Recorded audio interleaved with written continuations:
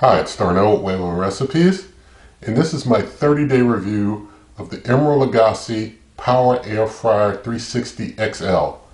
And so basically in this review I give my thoughts and impressions and basically everything that I think about this cooker after using it for a month.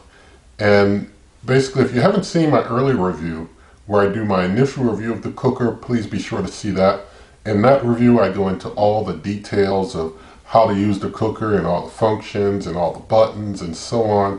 In this one it's more to talk to you about what I think of the cooker after using it over some time. And if you're new to this channel, basically you can look throughout this channel. I do reviews and cooks with all different types of air fryers, do some pressure cooker work, do work with other types of like convection ovens and all types of things. But you can see on those other cooks and reviews and such, this is about the Emeril Lagasse Power Air Fryer 360 XL. So first I want to talk to you about what the Power Air Fryer Oven 360 XL can do. It can air fry, and it can air fry very well. You can see my video where I've air fried some chicken tenderloins. It did a great job with those, cooked up a lot of them in, basically a amount of time you would expect an air fry to do it, and did a lot of them. Did a really good job, and so I'm impressed with the work that it can do with air frying. It can bake, and it does a decent job with baking. I have a video out where I baked an apple pie in it. It does a good job with grilling and searing. It can grill. And there's a video out where I grilled some steaks. I grilled a lot of steaks all at the same time, and it did a good job with that. It can rotisserie, and it does a good job with the rotisserie. You can see my video where I did a large 6-pound chicken on the rotisserie, and it did a great job with that. It can also roast. I have a video coming where I roast basically a whole 3-pound salmon fillet in it. Basically the whole, big fillet, and it did a good job with that. So you can cook, something like a whole big salmon fillet you can get from the store, a whole big large one, and cook it on up in here where you just using the roast function. It can dehydrate, and it dehydrates pretty well. There's a video coming with dehydration. I did something a little unconventional with the dehydration just to test it out with that, and it did a decent job with it. It can toast, and you've seen in my initial review video where I did some toasting. The toasting, I'll talk about it probably a little more later, but it's not the greatest toaster in the world, but it can toast. It has its own dedicated pizza function where it can cook, and I think it's dedicated more to frozen pizzas than towards basically homemade pizzas, although I'm sure you could use it for a homemade pizza too. But I've got a video coming where I did a frozen type of pizza in here, and it did a nice job with that. It has a slow cook function for slow cooking. I have not done slow cooking in it yet though. It can broil. It has a broil function, but I will talk about broil a little more because there's a bit you need to know about that. It has a reheat function that works very well, and with the reheat you can opt to use the air fryer fan while you're reheating. So let's say you want to reheat something that is air fried and you want to kind of give that air fried crispness to it again, bring it back to life while reheating it. You can do that with the reheat, putting the air fryer fan on there. And it has a nice warm function if you just want to keep your food warm. That works out pretty nice too. Now I basically want to say this: if you cook big, if you are one who has a large family or in a situation where you like to cook a lot of food at once, you should, in my opinion, get this cooker. It's great for big, large cooks. If you do that, you want to get like some of these extra racks and things. I mean, I got a lot of extra accessories to be able to do a lot of big cooks in it, and I've been doing them, and it's been doing it successfully. So like, it comes with like one of these pizza trays. I got like 2 others, so I have 3 of them. So, if I'm cooking a lot of toast, or I'm doing a lot of something that needs extra pizza racks, or these racks to put things on, I have them. It comes with one of these crisper trays. I got 2 more. There's times you might need 3. Sometimes I've been doing big stuff where I use all 3 crisper trays at the same time. That's been working out well also. And I got another, because it comes with one of these baking pans, I got 1 more.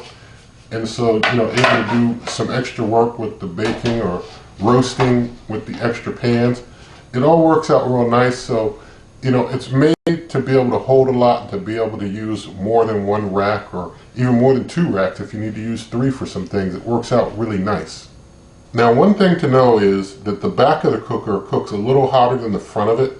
So when you're cooking something like baking for a while or something, you want to spin your food around like maybe halfway through your cook to make sure that you get an even cook on all sides. That works out real nice if you just spin it about halfway through.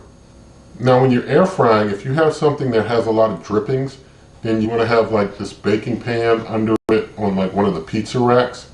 And when you do that, having the baking pan underneath does basically extend the time that you're going to need to do air frying and stuff. It does kind of, hold up the circulation of the air a little bit by having the baking pan underneath, although everything's going to cook, really well on both sides with that baking pan.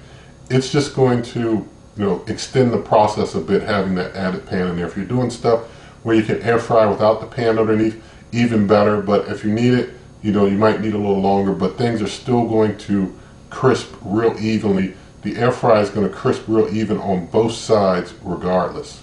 And here I have one of the Copper Chef grill mats that I showed in the initial review.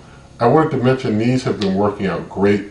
These are a great alternative to using foil. They're reusable. You can wash them and use them again. I haven't had any issues with any that I've used. I haven't had any wear out or get any stain I couldn't get off. They're real non-stick. Everything that I've cooked on them or roasted on them comes off real easy. So these are really nice. And instead of using like the baking pan for roasting, I'm able to use like these big crisper trays that are even larger with like one of these underneath. That gives me more room for roasting, and so that works out really good. Now this cooker, as I have mentioned in my earlier initial review, has 1800 watts. That gives it a lot of extra power, helps it to get really hot and maintain that heat really well. And 1800 watts I found is definitely better than like 1500 watts in the original version of this cooker. Also, one difference in this XL version from the original Power Air Fryer Oven 360 is that the air fry function can get up to 450 degrees, which is really nice and makes sense since the bake function could always go up to 450 degrees in the original. The air fry in this one also goes up that high, and so you're able to get a really good crisp air fry with this cooker. Now with this cooker, the Power Air Fryer Oven 360 XL, the fan noise is not as bad as what I found and some other folks who reviewed that one found in the original Power Air Fryer Oven 360. It's not as bad a fan noise as that, but it does vary at times. Sometimes it will get a little noisy for a while and then stop. It kind of varies. It seems to be worst with the rotisserie, and I think it's because the rotisserie bars are kind of hanging and pulling right where the air fryer fan is, and so that makes the worst noise for the air fryer fan when the rotisserie is going usually. But overall, the fan noise varies, but it's not that bad at all. Now, something else to keep in mind with this cooker, when the cook ends, if you try and add time to a cook, it's going to go back through its preheat cycle again. If you were, let's say, air frying or baking or something, if you started again on that cycle, it's going to start up with a preheat. So let's say it finishes and you still want to cook it a little more, you have to end up going through another preheat. So what I found it's best to do, when it's getting down to just seconds left, pause the cook, check the temperature, and then if you need to, just add some more time right there and then start your cook back up. Because if you let the cook in, then it's going to want to go through a preheat again, and that's not a lot of fun. So just stop the cook seconds before the end and check your temperature in case you need to add more time. Now, I did talk about toast a little earlier, but I wanted to talk a little bit more about that. I found the toast function in here is probably about maybe 25% weaker than your regular toaster. Like if you do the darkest toast setting here, it's maybe what you might get from 3/4 or maybe a half for a regular toaster. It really kind of depends on if you're using like toast from the fridge or toast bread that's fresh, if you're going to get a little more. But basically, it doesn't cook as much as, say, a regular toaster. It's maybe 25%, I say on average 25% less effective than a regular toaster. So usually I'll use either the darkest toast setting or the near darkest toast setting when I want to toast stuff, and that gets me to about what I would get on a regular toaster at maybe maybe a little more than half or half setting. I'll get that with the darker settings on this toaster. Now regarding broil on this cooker, although it has broil The broil is only 400 degrees Fahrenheit. I mean, the cooker's max is 450, but its broil only does 400 degrees Fahrenheit. So it's kind of a watered down broil in my opinion. I don't really use the broil except for when I was checking out how the broil would work with something like the steaks that I cooked. And I've used broil in some other off-camera testing, but I've always found broil to be a little lacking. So I usually use like air fry or bake at 450 with the air fry fan, but usually just air fry at like 450 is going to give a really good sear, a really good cook to whatever you're cooking. And so I basically, at this point, I don't use broil at all. I'll just use like air fry. I think for most things other than toast, I might use air fry, or I might use roast if I'm cooking something that needs to be roasted, or rotisserie, of course, if I'm rotisserie. But those are probably the main functions that I use for most of my cooks. I found cleaning of this cooker to be pretty easy to do. The air fry baskets, you can see that they, have those little grooves in them, those little holes. And so the air fry baskets, I usually will just kind of knock off the major amounts of anything that's locked into them by hand or wash them by hand. But to really get them clean, because it's really hard to get all that stuff out of the grooves and holes there, I'll put them in the top rack of the dishwasher. And these air fry baskets basically clean up really well in the top rack of the dishwasher. Now, they don't recommend that you put any parts at all in the dishwasher. They don't recommend putting anything in the dishwasher and doing it all by hand. The only thing I will put in the dishwasher, though, are those air fry baskets. I don't put anything else in the dishwasher. I wash everything else by hand. And it's pretty easy to clean up because this baking pan is super non-stick. The pizza racks are easy to clean. The crumb tray comes out right out of the bottom here, and that's real easy to clean off as well. The interior, I just wipe that with some soapy cloth and warm water, wipe off the inside and the exterior. It's been pretty easy cleaning overall. So now we've reached the point where I basically give my comparisons and impressions of the Emeril Lagasse Power Air Fryer 360 XL against some other cookers.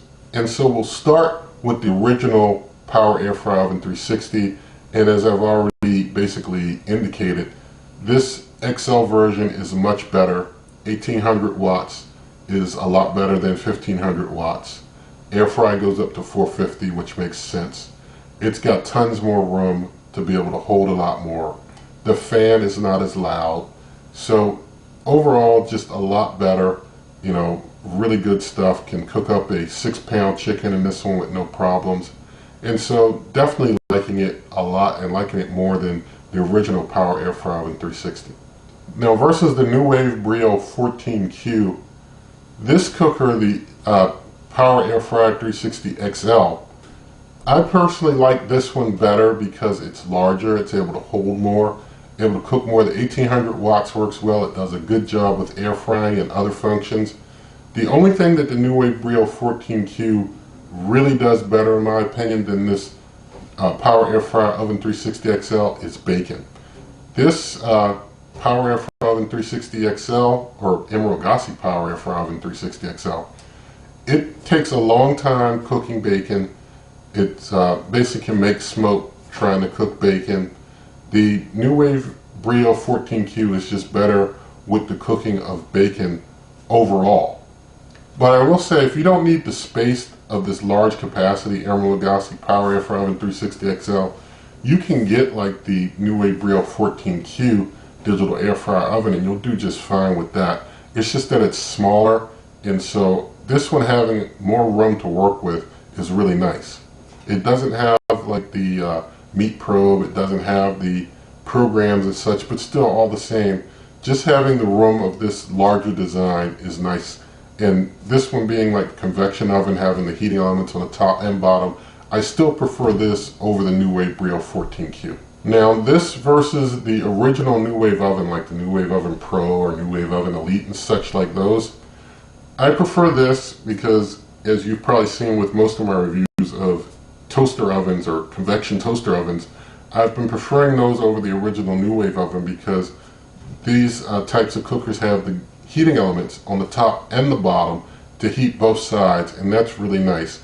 Also, this has a rotisserie, and the rotisserie is really nice too. Now this Emeril Lagasse Power Air Fryer Oven 360 XL versus the New Wave Bravo XL Smart Oven Air Fryer, I prefer this Emeril Lagasse Power Air Fryer Oven 360 XL because it's better designed to hold more food. I can do more larger cooks in this than I can in the New Wave Bravo because it's just designed to hold more and to be able to use more of the racks efficiently and effectively. And also I found that this Emeril Lagasse Power Air Fryer Oven 360 XL gets hotter overall. And although it has no meat probe, it has no programs, it has no stage cooking, but it can cook on par for baking and roasting with the New Wave Bravo. And so the larger design, or the better, more efficient use of the space in the larger design and getting hotter, and it has the rotisserie, and it air fries better, and it can roast on par and bake on par with the New Wave Bravo. So I prefer the Emeril Lagasse Power Air Fryer Oven 360 XL. Now this, in comparison with the Cuisinart Digital Air Fryer Toaster Oven, which basically has been the most current champ, the Cuisinart Digital Air Fryer Toaster Oven, it can toast better than this Emeril Lagasse Power Air Fryer Oven 360 XL. It can also toast smarter because when the Cuisinart is hot and you start toasting it, it's going to adjust the time to compensate for the fact the cooker's already hot. This Emeril Lagasse Power Air Fryer Oven 360 XL is not that smart to adjust if it's already hot. But the Cuisinart Digital Air Fryer Toaster Oven has no rotisserie, and it's smaller.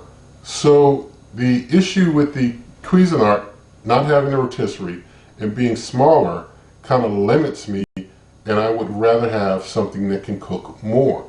So because it's larger and it has the rotisserie, I still go with the Emeril Lagasse Power Air Fryer Oven 360 XL because of those reasons. It's larger and it can do the rotisserie work, so it can do more than the Cuisinart. The Cuisinart's nice, but this does an effective job with the air frying.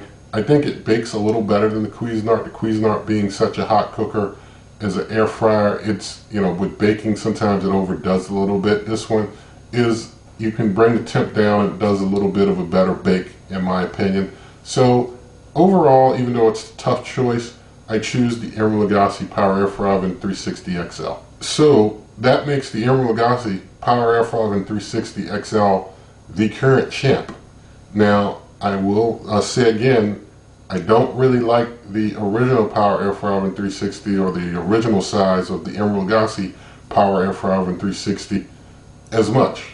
It's the XL that makes the difference for me. It's the XL that puts this in the championship seat for me because it can hold more, and in a lot of ways I feel that it is better than the original. But I wanted to share with you some tips just overall from all the different cookers that I've used. Even though I like this cooker more than others overall, for certain foods there are certain cookers that I'm finding that I really like more than others. Just like I said, the bacon works out really well in the New Wave Brio 14Q. But for something like a whole chicken, for example, and there's going to be a video coming doing a 4.5 pound chicken in the Breville Combi Wave. I found for a smaller size chicken, like a 3.5 pound chicken, the Breville Combi Wave is awesome for cooking a chicken, a whole chicken. I'm serious.